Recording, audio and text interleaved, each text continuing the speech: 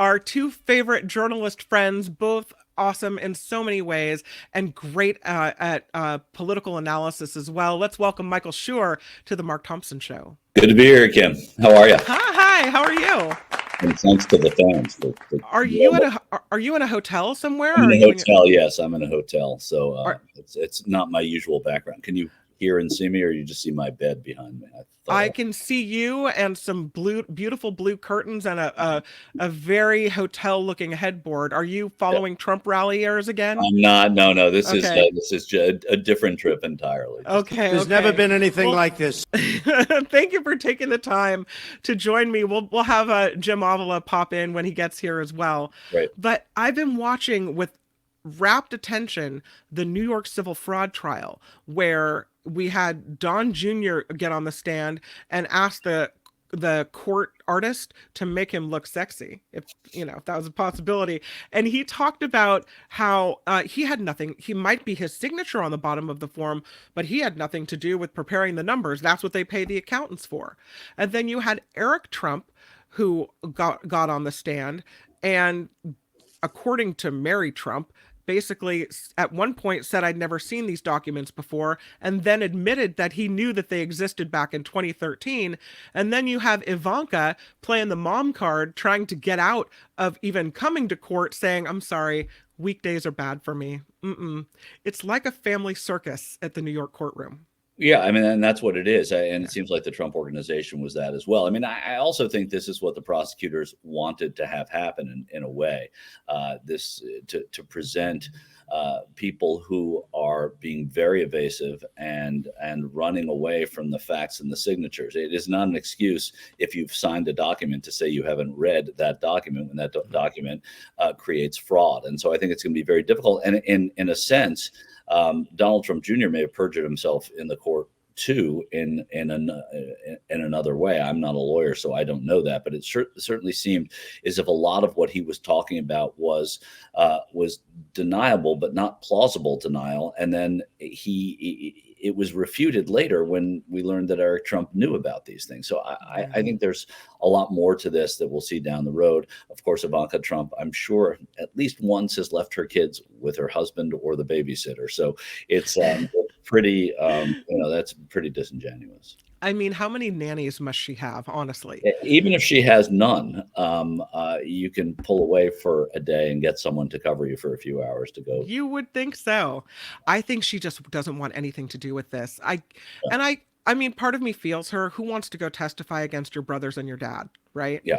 That's got to be stressful. But it also has to be a bit of relief because she's not named. And she could have been named, but statute of limitations said that her involvement of this was too long ago. Yeah.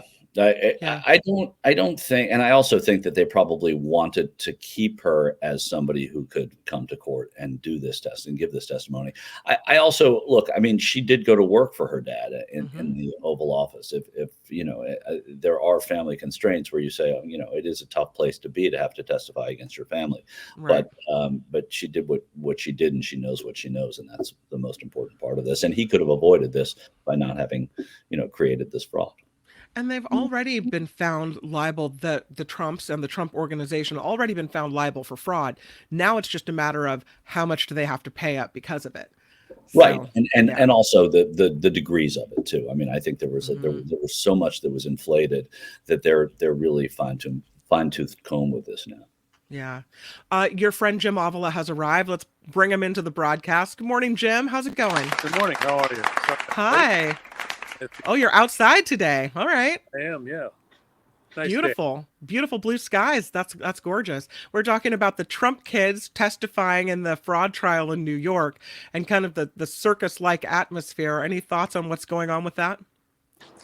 Well, I think it's fun. It's fun to watch. Fun to see, it's always fun to see arrogant, privileged people actually have to sit down and answer some questions and be held to the same kind of scrutiny that the rest of us are. Yeah. And not be able to just harumph and let it go by. I mean, I guess they've been handling it two different ways.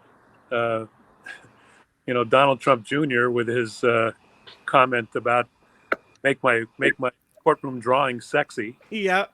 and then Eric Trump actually getting in a lot of arguments with the prosecutors is interesting. Yeah. But I guess the real circus is going to be Monday when Donald Trump himself is going to take the stand. So we're looking forward to that. Yeah, that will be very interesting. I don't know what the strategy would be. Keep him on the stand as a short amount of time as possible, because he can't keep his mouth closed. Who knows what he's going to say up there. Yeah, I imagine that they'll try to keep it short on cross-examination because they'll want him to get off, but they'll want to try to clear up some things. But how do you shut him up? You just can't. It's going to be interesting to see how the attorney general handles it. They have some things they want to get out of him, and hopefully they will. Let's move to the DC federal elections case, because Trump there is under a limited gag order. He asked the judge, Tanya Chutkin, to lift it. She said no. Now he wants her to suspend it for 7 days while he appeals to the United States Supreme Court. I don't know. I mean, does the Supreme Court, if this gets in front of them, did they side with Trump just because of the nature of how many of them were put into place by him and the conservative nature of the court? How does this pan out, Michael? I'm not equipped to answer that question. I still am a bit of an idealist that the people on the court are going to rule in terms of what's right on the law. And even though they are conservative, this is not an ideological thing. This is more about the way the law operates. So I don't know that this is about any kind of political ideology or constitutional interpretation. So I tend to think the court's going to do what's right, and they also may not take it up either. Yeah, what do you think, Jim? I mean, yesterday, the back to New York, the judge was table thumping mad. The attorneys for Trump said something about his court clerk and the way she was speaking with him, and they thought that that she was feeding him information that could sway him. He got so mad he slammed down on the table and said, "Don't you talk about my clerk." I don't know. I don't know how you as a judge in one of these trials, how you keep the Trump lawyers, the Trump kids, the Trump himself quiet. Well, I think yesterday's move was an attempt by or today, it was actually today, Trump's attorneys today, it was an attempt to win the day in the court of public opinion. Eric Trump was a terrible witness, but what everybody's talking about, both in the papers and us again today, is the fact that, they had a harumph about his clerk talking to him. Now, I've covered a lot of court cases and been in a lot of courts, and I covered the Supreme Court as well. And I have not seen a judge consult with a court clerk as often as this judge apparently does. Does that mean there's anything wrong with it? I don't think that there is anything wrong with it. I don't think there's, she apparently is an attorney used to, who worked if not in the AG's office, in the district attorney's office. So she has some expertise in these things. So he's getting some guidance from her. I don't think there's anything illegal about that. He makes the decisions. He can get information from wherever he wants. But what they're trying to do is win the day's news, the news cycle, with bringing up this kind of stuff. And it did. It won the news cycle. That's what everybody's talking about. But I think it's pretty irrelevant in the long run. And as far as the other judge is concerned, I don't think that the Supreme Court's going to get involved with this. I kind of agree with Michael that on most issues that were not of substance, of ideological substance, the court has ruled against Trump a lot of times, including in the elections. Well, speaking of the election, the legal wrangling when it comes to Trump is apparently still playing in his favor, because I was looking at a story Mark forwarded me this morning from Politico. They have an exclusive where they look at this anti-Trump group, and they've produced 4 advertisements attacking Trump's legal troubles.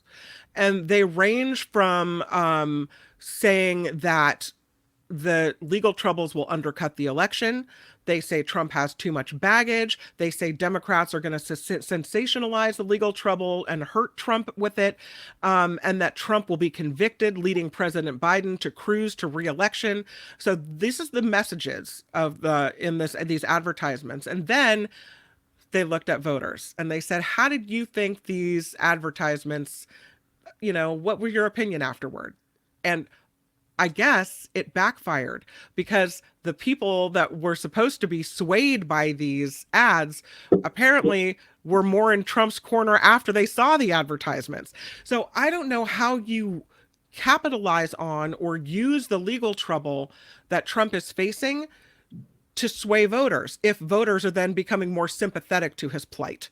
Michael, what are your thoughts? Yeah, I don't know. I don't mean to like avoid answering the question. Yeah. It's something you can't know. You have somebody who is different than any other candidate for office for president has ever been in terms of what is going on. I think the results of these cases and how neutralized Trump is as a candidate by convictions, by jail, what have you, I think will tell us. But I think you just run your person and run your record and hope that independent voters still will not be swayed enough to vote for Donald Trump.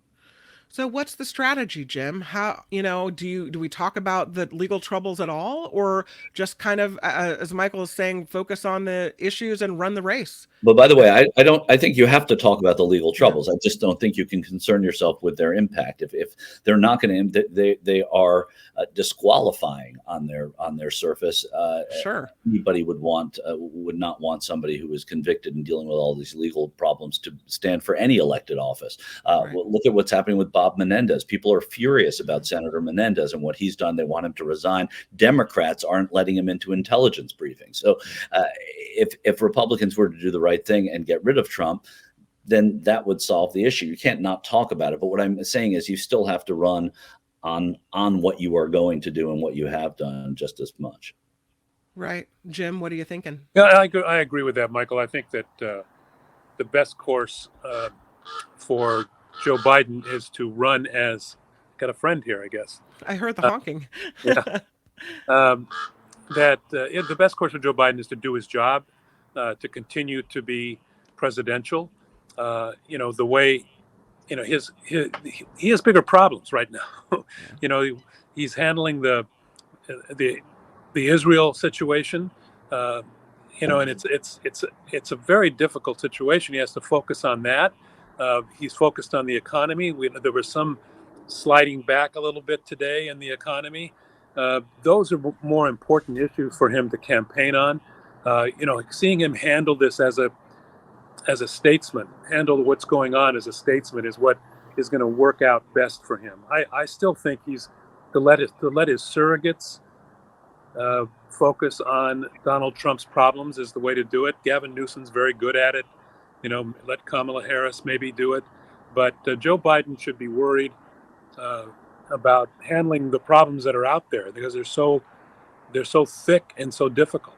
Yeah. Since you mentioned what's going on in the Middle East, let's talk about that for a moment, because Antony Blinken went to Israel trying to maybe say lighten up on Gaza a bit. Netanyahu today saying we're not going to lighten up until all the hostages are released.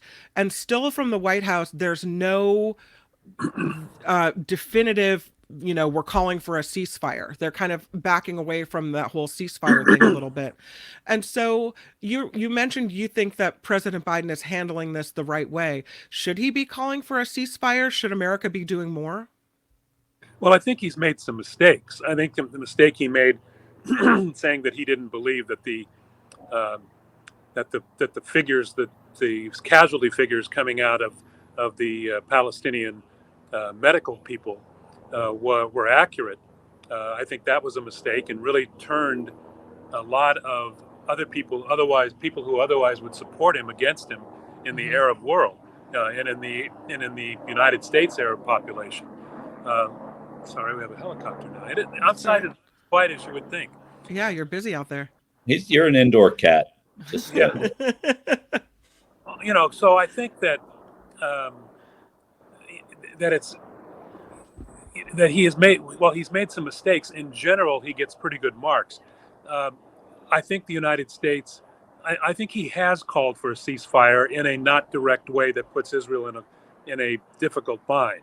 What he's done is called for a series, what they're calling a series of pauses to let humanitarian material get through. That is a wise thing to call for. The Israelis have rejected that so far, but it's possible if they're just rejecting that in public, they may pull back a bit when Anthony Blinken goes all the way over to Israel. It's hard to ignore him. Yeah. So I would think that they're going to take heed in that. It's a difficult situation because I don't think that the majority of American Jews are going to turn against Joe Biden versus Donald Trump. Trump made some inroads when he supported Jerusalem being the capital, moving the embassy there, that kind of thing.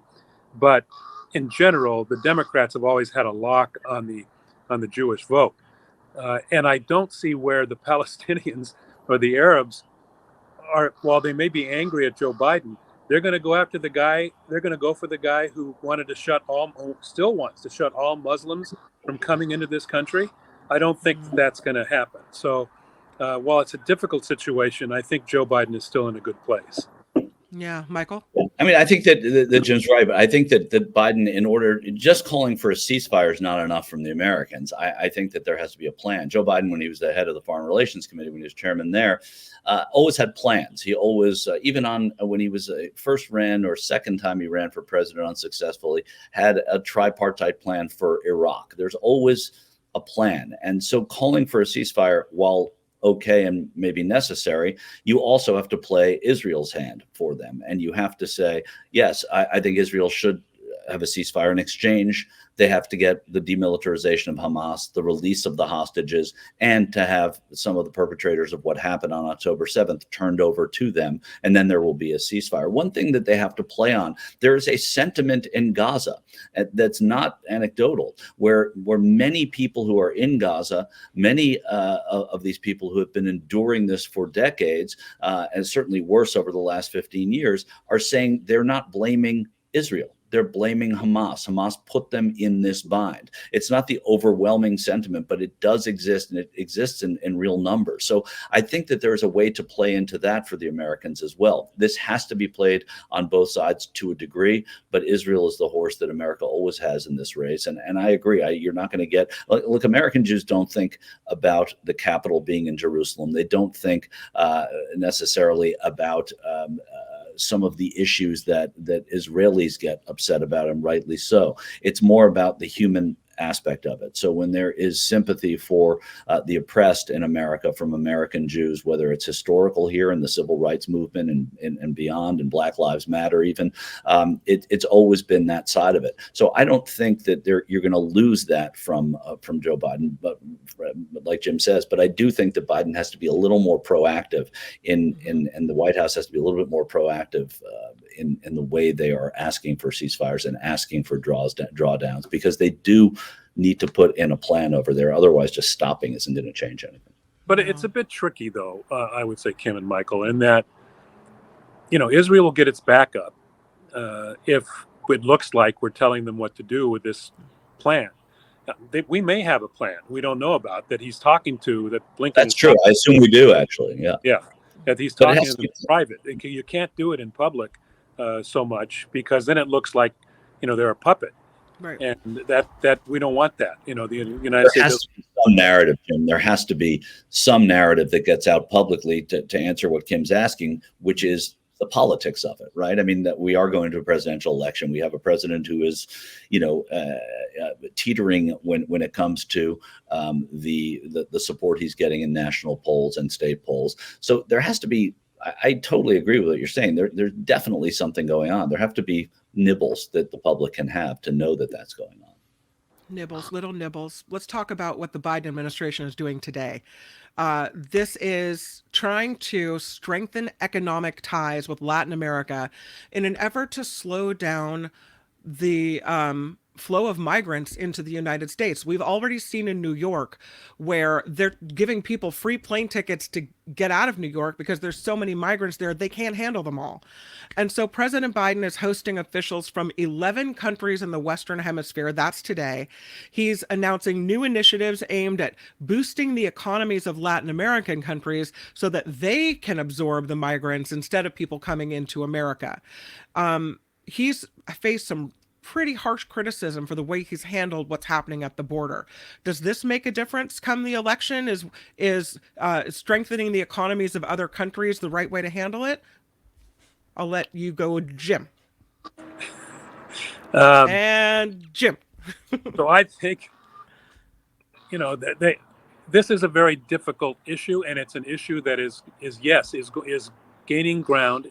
It has some traction, and I think that the Biden administration has not addressed it in the way they need to address it.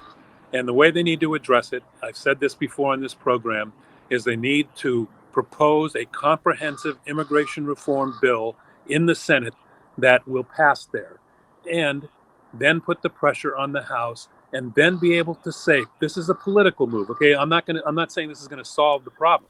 This is a political chess move. Then they have to put the onus on the House to turn that down, and then the Biden administration can say, wait a minute, we have a solution. We proposed a solution. You have turned it down, and you've done nothing in the now 10 years since comprehensive immigration reform was first proposed and was accepted in a bipartisan way, and you continue to knock it down. It's your problem, not ours. And that's what they have to do politically, and they have not done it. Now, as far as on a day-to-day way to try to solve the problem, I guess, are we going to fix the economies of all of Latin America? I don't think so. Even right now, Argentina is in a terrible place. Places we never thought were in a bad place. So, and these are new countries that are coming to us. Venezuela, an oil-rich country, those Right. folks are pouring out of the country and coming here. So, on a day-to-day basis, I don't think that's the answer. It does give them some cover, but the real cover is going to be proposing an actual comprehensive immigration bill. Michael? And this meeting should have happened in 2021, not 2023, frankly. I think that this is when he put the vice president in charge of this, when it was clear that he wanted to approach immigration in a different way at the roots of immigration, as it was called, they should have put more behind it then. Now it does seem like he's cramming for a test next year. And the politics of it are good. And the actual part of it that is good is that you get these countries working together as a unit, not as just Mexico, just El Salvador, just Honduras, because all these problems happen in each of them, and we have to deal with it at the end. So I do think that, but what Jim's saying is true. There has to be some kind of action from Congress, and the White House can spur that, especially when they have a tenuous hold on the Senate, and it looks the map does not look great for Democrats in the Senate next year. Speaking of the Senate, California's Senate race, new poll out today shows Katie Porter and Adam Schiff kind of neck and neck. It was Katie Porter with 17%, 17% rather, Adam Schiff with 16%, according to this latest Berkeley IGS poll of likely primary voters. So both Democrats, they say, well-funded. 10% of those surveyed said they plan to vote for former Los Angeles Dodgers great Steve Garvey, who's running as a Republican in this race. He just started his campaign last month. 30%, though, say they're undecided. So we've got Porter with 17, Schiff with 16, and then Steve Garvey with 10%. I don't know how this, if this poll makes a difference or shows how we're headed. What's the number that Barbara Lee gets in that? Is there? She's not even mentioned. Yeah, no. So nobody's paying attention to this, Kim. I mean, honestly, I mean it. It's just something that nobody's paying attention to now. It's more than a year, just about a year away from that general election. There'll be a primary. It will likely be Schiff and Porter who go to the top two. And so I'm always sort of a curmudgeon about polls at this point, a year out. So it doesn't, it helps with fundraising for both of them, but that they're neck and neck, they can each play off of it. Schiff can say, look, she's catching us, she's ahead of us. Porter can say, we can do this, and it's good for fundraising, but it doesn't, I don't think the tea leaves change. Yeah, No. at this point, I think Kim and Mike, that this is a name recognition poll. This early on. So, who has the more recognizable names? Certainly Schiff and Katie Porter, because they've done a good job of being high profile in their respective places. Uh, you know, the campaign hasn't even started. It really isn't, as Michael says. It's a kind of an unimportant poll. Yeah.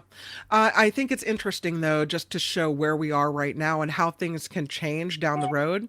And I thought that Lee would be more of a competitor in this race. So that did surprise me a bit. Well, I think you have to give her some time. She's not as well known outside of Southern California as the other two. You mean Northern. outside the Bay Area? Because Yeah. she's Oakland. I mean, we know her Yeah. very well. Yeah. We know her as the lone voice against the war in Iraq, right? She's taking stands that no one else is taking. She's brave. She's But courageous. that was also 20 years ago. You know. Yeah. So. Yeah, I don't think she's a name that is as recognizable as those other two. Yeah. Especially, Katie Porter's done a great job with the whiteboards and making herself known as somebody Mhm. who can make an impact. And Yeah. Schiff, of course, led the charge against Donald Trump. So it's And pretty hard to Democratic keep- money goes to the more prominent Democratic mainstream names. Right. And that in this case would really be Schiff, and then pretty close with Porter. Did you guys hear this Ron DeSantis bizarre new challenge to Trump saying if you show up to the next Republican debate, which is to be held next week, he's offering to put a boot on his head?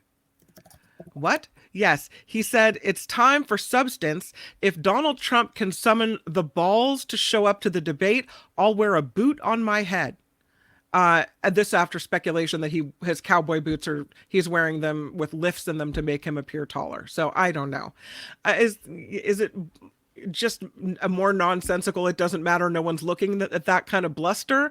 Or is DeSantis falling so far now that he's become so irrelevant that he has to come out and say these type of things? It's silly, desperate, and it's not presidential, and but it doesn't matter either. Yeah, he is slipping, and the latest polls in the states show that Nikki Haley is gaining ground, and in fact ahead of him in some places. I was reading an article that this is she's having a moment, right? That this is her moment to rise. Yeah. As long as Donald Trump is 30 points ahead of her, it's a moment to finish second, and it's not really a moment to finish first. So that's the problem. But it's good to be where she's at because, with Trump's courtroom problems, we don't know how this is going to end. This story has not been told, and he may not be around for that race, for the actual, primaries even. So we'll see what happens. Yeah, it's. I think it's interesting though to follow all the everything that's happening, and I don't think that whatever challenge that DeSantis throws down will make a difference or get Trump to show up for a debate. He's so far ahead, he just doesn't have to, and why would he? Yeah, and there is one other issue that I'm not sure if you've read it yet because it came out maybe while you were on the air. Was what's going on in Georgia with one of the defendants there. And their motion, which is being considered by the judge, to reopen all the Georgia records about whether or not that was a fair election or not, to let them litigate that. That is, if they have to get all of those documents, that is a delay that will go way past summer, and so will delay that trial, which many people believe is the most dangerous trial for Donald Trump. That is a significant delay. I kind of think that the judge is going to find a way to get around that and not allow them to do it. But there is a chance. And there will be other tactics like that used in a lot of these cases, I'm certain, to try and delay these as well. Guys, I actually have to peel off. Oh, so good to see you. Thank you. Have a great time, and thanks for joining us from the hotel. Of course. Yeah, take care. Bye. Bye, Michael Shure. And Jim Avila, thank you for joining us from the Bayou. We appreciate it, where the nature is abounding there. It sure sounds like it anyway. I'm actually just in West Hollywood, but are you? Yeah. It's a beautiful day in West Hollywood. Lovely. let's talk a little bit more about this case, because I want to make sure I understand what's happening. Because this judge in Fulton County, Georgia, is hearing arguments today in the racketeering case involving Donald Trump. The lawyers for 3 agencies subpoenaed by one of the defendants are expected to present their arguments. They have Harrison Floyd, the director of Black Voices for Trump during the 2020 election. They've subpoenaed the Secretary of State Brad Raffensperger's office, the Fulton County Board of Registration and Elections, and the Clerk of Superior Court of Fulton County, all as part of the defense. Floyd allegedly tried to coerce a so-called confession from an election worker who was falsely accused of rigging the race for President Joe Biden. That never happened. So is it a delay tactic, or is there something here? It's a delay tactic. It is, if they have to do that and relitigate the entire Georgia election by bringing in, so they want to bring in all these ballots, they want to bring in the records that they tried to steal before, but now they want to bring them in and claim that the election was in fact stolen. They want to open it all up and make this case about, their defense would be, we didn't know because it wasn't true. That we didn't know that this was a true election because it wasn't. And here's the proof of it. They're not going to get there, but what they are going to do is attempt to delay it. And the judge did not shut them down entirely. He said that he's going to look at it and write an opinion. But I don't see him allowing that to happen. It would just be total chaos. Yeah. I guess something else to watch for, and all these delays coming. Do you think that they don't want any of this to be dealt with before the election, that they really just want to push it all out until afterward? Oh, yeah. Yeah. Because if they push it out till afterwards, and Donald Trump will get the U.S. attorney, whoever he appoints as the attorney general, to dismiss all the federal charges. Yeah. And in local, there'll be in the state charges, there'll be intense pressure to get that overturned, or he'll pardon himself in some way. Although pardoning himself for a state charge is more difficult. So yes, these are all delay tactics. These are all tactics not to face justice. And I think that most so far, even the judge in Florida, who was asked to delay and thought she was going to take it under consideration, did come back and deny the motion to delay. She continues to hold the calendar. During the first hearing, she said, well, I'm not sure we can get all this done, and blah, blah, blah. And you thought for sure she was setting up for a delay, and then she didn't. So the judges are holding pretty firm on this.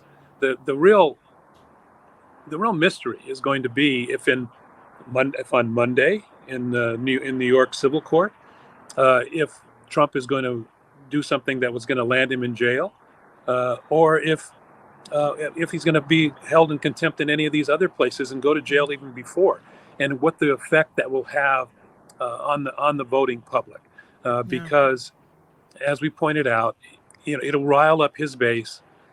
Still, his base only remains 35 to 40% of the electoral public. That's not really a problem.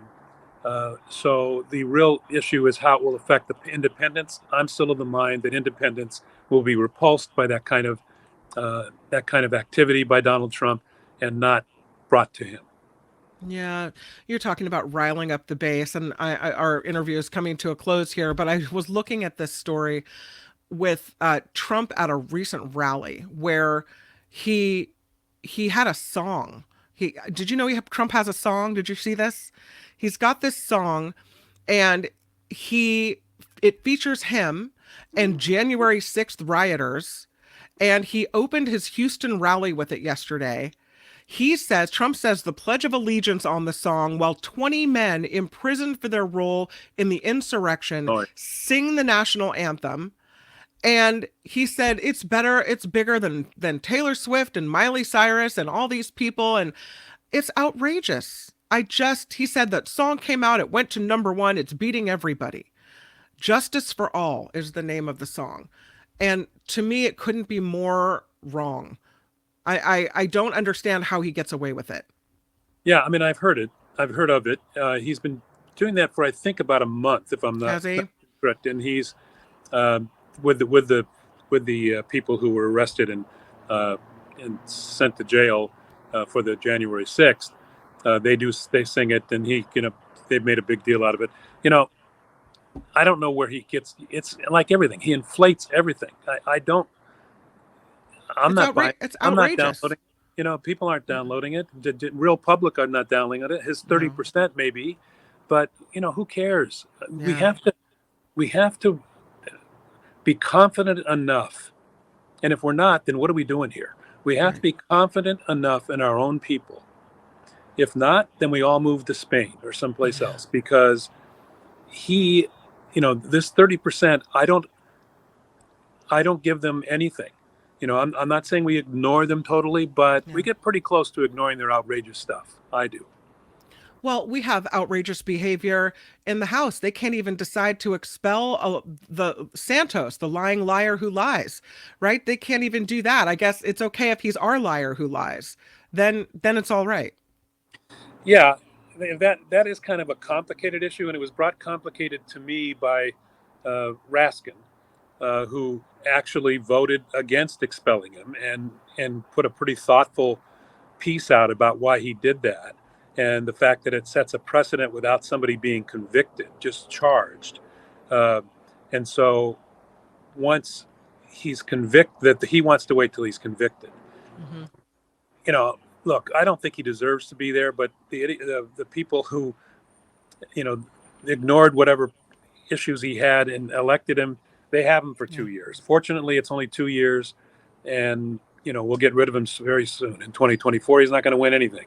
So yeah, hallelujah. Jim Avila, thank you for joining us from the amazing Hollywood area where the skies are blue and the birds are plentiful and chirping. And I hope that I get to see you early next week. I'll call you because Mark is off for a couple days, so I'd love to have you back in. Are you working on any pieces for Barrett News Media? Yeah, I have a piece that'll run Tuesday, so I'll write. Yeah. All right, then come back on the show. Thanks for hanging out. You. Take care. Bye, Jim. Hi, it's Mark, and I thought that was great. Hit the notification bell. You'll know whenever there's a new video being dropped, and please subscribe to our channel to help us save the universe.